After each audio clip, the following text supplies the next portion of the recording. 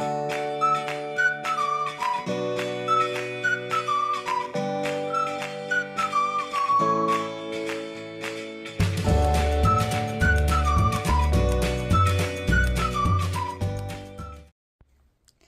it's a little bit brighter, isn't it? Yeah, I've come into a different room, so a bit of change of scenery.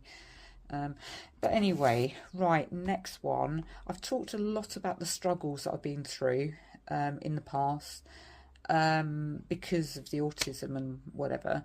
But there are also positive. Would you believe there are a lot of positive aspects of having an autistic brain? I will explain.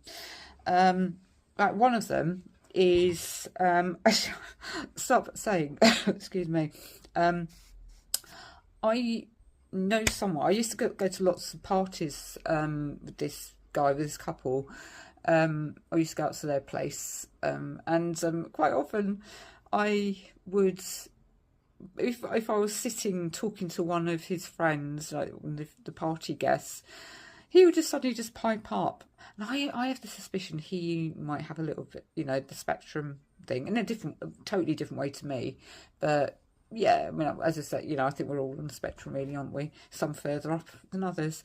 And he would actually say to like the guy or the girl I was speaking to, if you're really, really nice, she'll even start talking about the colours. And because I know when I used to go up there and I'd have a few drinks and suddenly it all come out, oh, I've got this lovely condition, it's called synesthesia and blah, blah, blah, blah, blah. It's linked to autism, but I'm obviously not autistic, am I? Because I talk too much. But yeah, I know different now, don't I? But it's, yeah, synesthesia. My first memories of having this, I was 3 years old. And it's something I've just always had. And what it is, it's actually a crossover of the senses. I can see why it is linked in a way to autism. And there is a statistically larger number of people with autism who have it than non-autistic people, if that makes sense. Even so, it's less than 5% of the population have it. So it's a crossover of the senses. So it's to do with the wiring of the brain. In the same way, that's what autism is. It's basically connections go from parts of the brain to other parts of the brain that you shouldn't go to, and that's how that's basically describes the anatomy of an autistic brain. I mean, there are other issues, or other differences, but yeah, that's the main one. It's basically there. I think sometimes there are more neural pathways sometimes, and so there are kind of neurons that go to adjacent parts of the brain. They should be going right up there somewhere, the other part of the brain, but no, it's like, oh, hello, let's have a little chat sort of thing to their neighbour, and it shouldn't be doing that.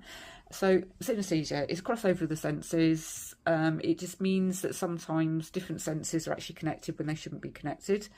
And so the way it presents with me is that I'm going to have more than one, but one of them, I think it's called grapheme visual or something like that, I can't remember. And it's like all the letters of the alphabet have different colours and textures, and all like days of the week as well, months of the year, people. Sometimes it's to do with their names, sometimes it's more about usually that can change actually. People colours and textures can change as I get to know them and I realise what their personality is. So but it can be linked to their name as well. And it's to do with textures as well as colours, but that's how I see the world. It's like, for example, Monday is like blue. Yeah, this is really weird, because when I think of months of the year, they tend to correspond with the letters in the word. Days of the week, for whatever reason, there's an exception to the rule. So, and also a lot of words, usually most words, they kind of correspond to the letters as to what colour and texture they're going to be. It's like yeah, Monday's light blue, Tuesday is orange, and Wednesday is kind of a lilac-y colour.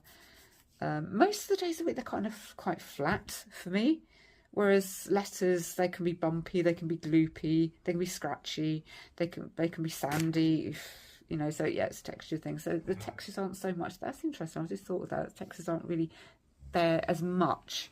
They are a little bit, but not as much in days of the week, and that, yeah. But so that's lovely, isn't it?